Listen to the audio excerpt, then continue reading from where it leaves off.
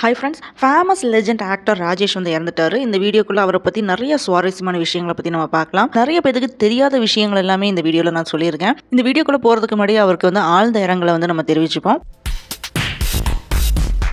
இவருக்கு வந்து 75 வயசு ஆகுது. கன்னி பருவத்திலே ஃபிலிமில் தான் வந்து ஹீரோவாக வந்து இன்ட்ரோ ஆயிருக்காரு. அதுக்கப்புறம் நிறைய ஃபிலிமில் வந்து நடிச்சிருக்காரு. இவர் ஹீரோவாக மட்டும் நடிக்கல, இவர் ஸ்மால் ஸ்க்ரீன்லேயும் வந்து நடிச்சிருக்காரு. Dubbing artist, writer, screen actor. Hero மட்டும் இல்லாமல் இவர்கிட்ட நிறைய டேலண்ட் இருந்திருக்கு. இவர் எக்ஸலண்ட் கேரக்டர் ஆக்டர். இப்படி நம்ம சொல்லிட்டே போகலாம். இது வரைக்கும் இவர் வந்து 9 புக் வந்து எழுதியிருக்காரு. தமிழ், மலையாளம் ஃபிலிம்ஸில் மட்டும் இல்லை, நிறைய சீரியல்லையும் வந்து நடிச்சிருக்காரு. சர்க்கார் ஃபிலிமில் வந்து செம்ம சூப்பராக வந்து நடிச்சிருப்பாரு. ஹீரோவில் ஸ்டார்ட் ஆகி கேரக்டர் ரோல் வரைக்கும் 150 ஃபிலிம்க்கு மேலே வந்து லீடிங் ரோல் அண்ட் சப்போர்ட்டிங் ரோலில் வந்து நடிச்சிருக்காரு. இவர் வந்து டிசம்பர் 20, 1949 தான் வந்து பிறந்திருக்காரு. இவரோட சொந்த ஊர் பார்த்தீங்கன்னா மன்னார்குடி. இவர் வந்து நிறைய ஊர்ல வந்து படிச்சிருக்காரு. எங்கெல்லாம் பார்த்தீங்கன்னா திண்டுக்கல், வடமதுரை, மேலநத்தம், ஆனைக்காடு, சின்னமன்னூர், இவ்வளோ இடத்துல வந்து இவர் வந்து ஸ்கூலிங் எல்லாமே படிச்சு முடிச்சிருக்காரு. அதுக்கப்புறம் காரைக்குடியில் இருக்கிற அழகப்பா காலேஜில் PUC படிச்சிருக்காரு. அப்படியே பச்சையப்பா காலேஜ்லேயும் வந்து படிச்சிருக்காரு. இவர் எல்லாமே படிச்சு முடிச்சதுக்கு அப்புறம் டீச்சரா வந்து கெல்லட் ஹையர் செகண்டரி ஸ்கூல்ல வந்து 7 to 8 இயர்ஸ் வந்து ஒர்க் பண்ணியிருக்காரு. இந்த ஸ்கூல் வந்து ட்ரிப்ளிகேன்ல இருக்கு. 1972 இருந்து 1979 வரைக்கும் இவர் வந்து டீச்சரா வந்து ஒர்க் பண்ணிட்டு இருக்கும்போது தான் 1974 அவள் ஒரு தொடர்கதை ஃபிலிம்ல வந்து நடிக்க சான்ஸ் கிடைச்சிருக்கு. இந்த ஃபிலிம்ல இவர் வந்து ஒரு ஸ்மால் ரோல்ல வந்து நடிச்சிருப்பாரு.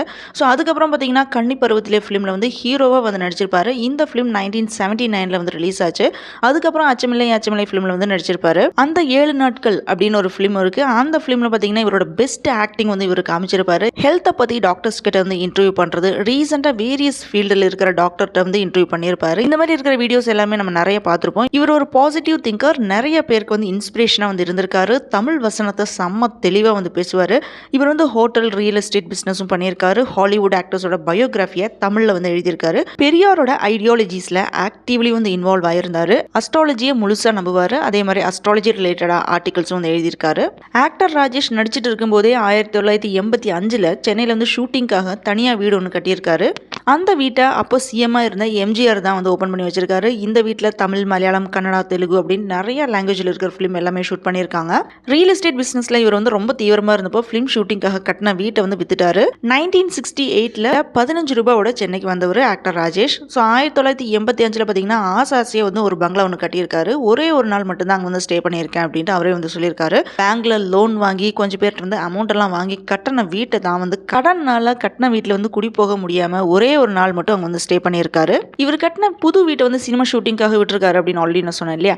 ஸோ ஃபர்ஸ்ட் அந்த வீட்டில் மக்கள் என் பக்கம் ஃபிலிம் ஷூட்டிங் தான் வந்து நடந்திருக்கு. ஆக்டர் பாலாஜி தான் ஃபர்ஸ்ட் அந்த ஷூட்டிங் வந்து ஸ்டார்ட் பண்ணி வச்சிருக்காரு. அதுக்கப்புறம் பார்த்தீங்கன்னா நிறைய பேர் அந்த வீட்டில் நடந்த ஷூட்டிங்ல வந்து இருந்திருக்காங்க. சிவாஜி, ரஜினி, ரிஷி கபூர், அம்ஜத் கான், இந்த மாதிரி நிறைய ஆக்டர்ஸ் வந்து இந்த வீட்டில் வந்து நடிச்சிருக்காங்க. மாசம் 20 நாள் வரைக்கும் ஷூட்டிங் வந்து நடக்கும். ஒரு கட்டத்தில் ஷூட்டிங் சான்சஸ் எல்லாமே குறைஞ்சிருச்சு. ஆனால் கடன் பிரச்சனை மட்டும் குறையவே இல்லை. 6 வருஷத்துக்கு அப்புறம் அந்த வீட்டை வந்து வித்துட்டாரு. வீட்டை வித்த பணத்தில் வந்து பேங்க் லோன், அதே மாதிரி கொஞ்சம் பேர்ட்ட வாங்கின கடன் எல்லாமே வந்து செட்டில் பண்ணியிருக்காரு. டோட்டலா 1992 தான் இவரோட எல்லா கடனையுமே வந்து க்ளோஸ் பண்ணியிருக்கேன் அப்படின்னு வந்து சொல்லியிருக்காரு. இவர் இறந்துட்டாருன்ற ஒரு இன்ஃபர்மேஷன் தெரிஞ்ச உடனே ஃபர்ஸ்ட் ஆளா எக்ஸ்பேஜில் ஆழ்ந்த இரங்கல் வந்து சொல்லியிருக்காரு ரஜினிகாந்த். 4 இயர்ஸ்க்கு முன்னாடி இன்டர்வியூல ராஜேஷ் பத்தி சொன்ன எல்லா விஷயமும் வந்து உண்மைதான் அப்படின்றது இப்போ வந்து பேசிட்டு இருக்காங்க. அவர் ஒரு டப்பிங் ஆர்டிஸ்ட்னு அப்படின்னு நிறைய பேருக்கு வந்து தெரியவே தெரியாது.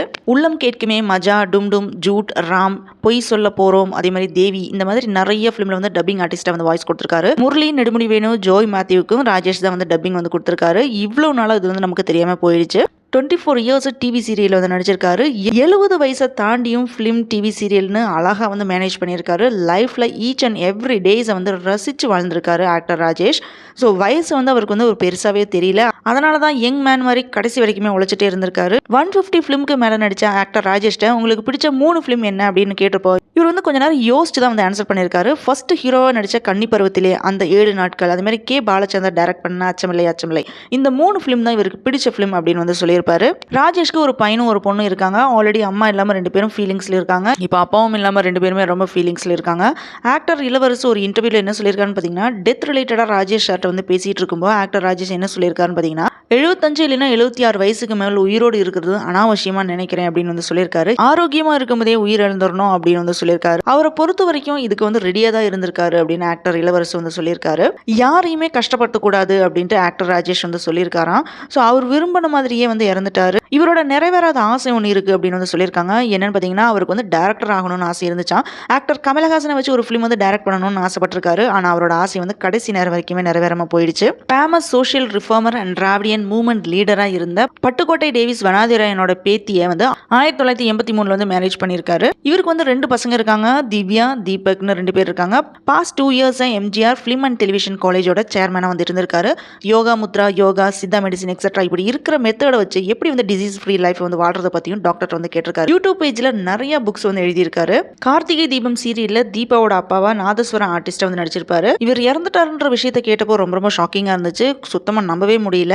நிறைய பேர் வந்து இவங்களுக்கு வந்து அஞ்சலி வந்து செலுத்திட்டு இருக்காங்க. இவர் லாஸ்ட்டாக வந்து மேரி கிறிஸ்மஸ் ஃபிலிமில் தான் வந்து நடிச்சிருப்பாரு. போரூரில் இருக்கிற பிரைவேட் ஹாஸ்பிட்டல் தான் இவர் வந்து இன்னைக்கு மார்னிங் வந்து இறந்துருக்காரு. இவரோட வீட்டில் இருக்கும்போதே மூச்சு திணறல் வந்திருக்கு. 47 இயர்ஸாக வந்து சினிமாவில் ட்ராவல் பண்ண ஆக்டர் தான் ராஜேஷ் வந்து சடனாக வந்து உடம்பு முடியாமல் ஹாஸ்பிட்டல் கூட்டிட்டு போகிற வழியிலே வந்து இறந்துட்டாரு. இவரோட வீட்டில் வந்து அஞ்சலிக்காக வந்து வச்சிருக்காங்க. ராமாபுரம்ல தான் இவரோட வீடு இருக்கு. அப்ராட்ல இருக்கிற இவரோட பொண்ணு May 31 சாட்டர்டே தான் சென்னை வந்து வருவாங்க அப்படின்னு சொல்லியிருக்காங்க. இதனால இவரோட இறுதி சடங்கு ஜூன் 1 சண்டே 11 மணிக்கு தான் இருக்கும் அப்படின்னு வந்து சொல்லியிருக்காங்க. நிறைய ஃபேமஸ் செலிபிரிட்டிஸ் எல்லாருமே இவருக்கு வந்து அஞ்சலி செலுத்திட்டு இருக்காங்க. இவரோட ஆத்மா சாந்தியே நம்மளும் ப்ரே பண்ணுவோம்.